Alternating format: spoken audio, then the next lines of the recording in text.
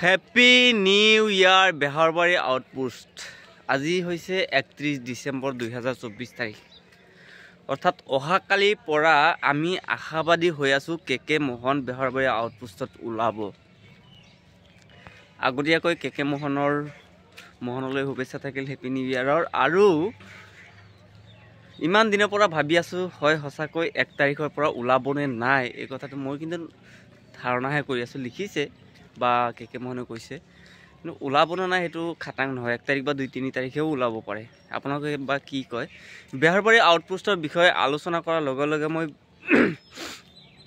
বিশেষ বেলেগ এটা টপিক মই আলোচনা কৰিব বিচাৰিছোঁ যে দুদিনমান আগতে ওলা উবেৰ চালক আৰু এজনী বিশিষ্ট সাংবাদিক সাহিত্যিকৰ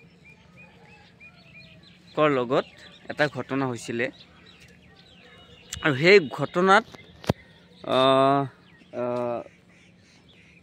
সাংবাদিকে বহুতো প্ৰশ্ন সুধিছে ওলা উবেৰ চালকক, কিন্তু এটা প্ৰশ্ন কৰিছে যে আপোনাক বোলে মুখ্যমন্ত্ৰীয়ে ব্যৱস্থা গ্ৰহণ কৰিব দিছে, আপুনি কি ক'ব? এতিয়া কথা হ'ল, মুখ্যমন্ত্ৰীয়ে তেনেকৈ কৈছে নে সাংবাদিকজনে বনাই কৈছে? ব্যৱস্থা গ্ৰহণ কৰিব দিছে নে তদন্ত কৰিব দিছে? ইয়াত দুটা কথা বুজা যায়। ব্যৱস্থা গ্ৰহণ কৰা মানে ভুল হওক শুদ্ধ হওক তাক জেলত ভৰাই দিব লাগিব, আৰু যদি তাক তদন্ত কৰি মানে যদি ভুল হয় উচিত শাস্তি দিয়া, তাৰো এটা বেলেগ কথা আছে। গতিকে চাওক, যেনেকৈ সাংবাদিকৰ এটা মোটা এটা সংখ্যা আছে সাংবাদিকসকলৰ, তেনেকৈ ওলা উবেৰ চালকৰো এটা মোটা সংখ্যা আছে সিহঁতৰ গ্ৰুপটোত, দলটোত। গতিকে কোনো কম নহয়। আৰু বহুত ঘটনাত মই দেখা পাই আহিছোঁ যে যোন ডাঙৰ তাৰ ভুল কম হয় আৰু সৰুৰে ভুল বেছি হয়। এটা ঘটনাত ভুল যাৰে নহওক কিয় সৰুটোৰ ভুল হয়, আৰু এটা দুটাহে, 100ৰ ভিতৰত এটা দুটাহে পোৱা যায় যে সৰুটোৰ ভুল হোৱা নাই, ডাঙৰটোৰ ভুল প্ৰমাণ হয়। এতিয়া কথা হ'ল, যদি মই বা আপুনি, ইয়াততো চালকজনৰ ভুল হৈছে আৰু চালকজনে ভুল স্বীকাৰো কৰিছে, তথাপিতো মই কৈ আছোঁ, মই নিৰপেক্ষভাৱে কৈ আছোঁ। ইয়াত মোক দুখ ধৰি কোনোবাই ক'ব পাৰে যে সাংবাদিকজনে তেতিয়াহ'লে মিছা কথা কৈছে বা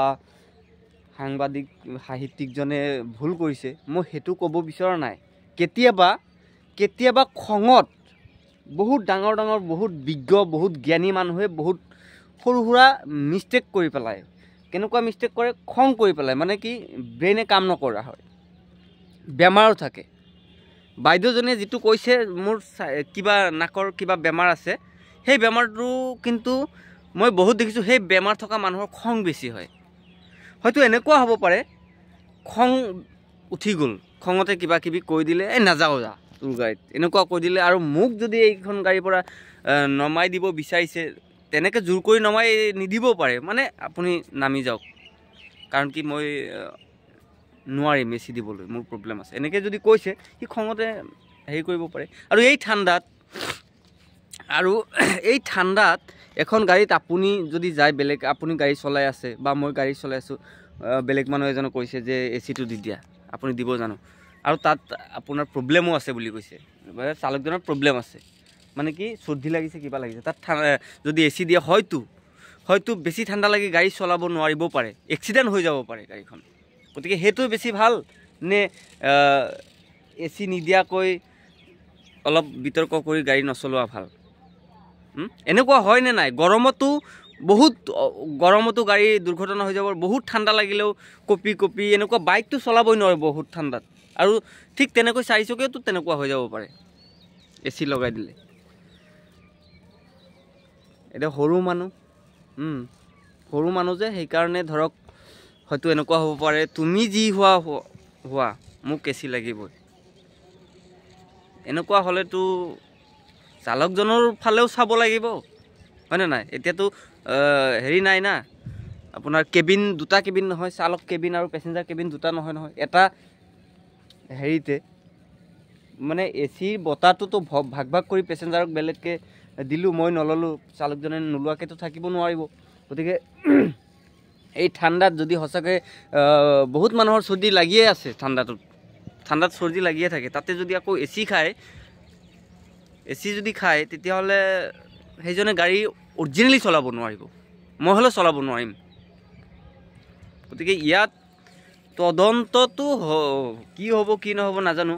সাধাৰণতে যদি চালকজনে কৈছে আপুনি নামি যাওক, চালকজনৰ ভুল হৈছে, আৰু জোৰ কৰি যদি এচি দিব কৈছে মেমজনীয়ে, তেতিয়াহ'লে সেইটো চিন্তা কৰিব লাগিছিল যে এচি কিহৰ কাৰণে দিব বিচৰা নাই, কাৰণটো কি? তেল বেছি খাব সেইকাৰণে, নে চালকজনৰো ঠাণ্ডা লাগিব, অসুবিধা হ'ব, তাৰ প্ৰব্লেম আছে সেইকাৰণে? যদি তেল বচোৱাৰ কাৰণে এচি দিয়া নাই তেতিয়াহ'লে চালকজনৰ ভুল। আৰু যদি তাৰ প্ৰব্লেম হ'ব, এচি এজনক ছেভ কৰোঁতে যদি চালকজনৰ প্ৰব্লেম হয়, বিশেষকৈ চালকজনৰ কোনো প্ৰব্লেম দিব নালাগে গাড়ী চলোৱা সময়ত, মই জনাত।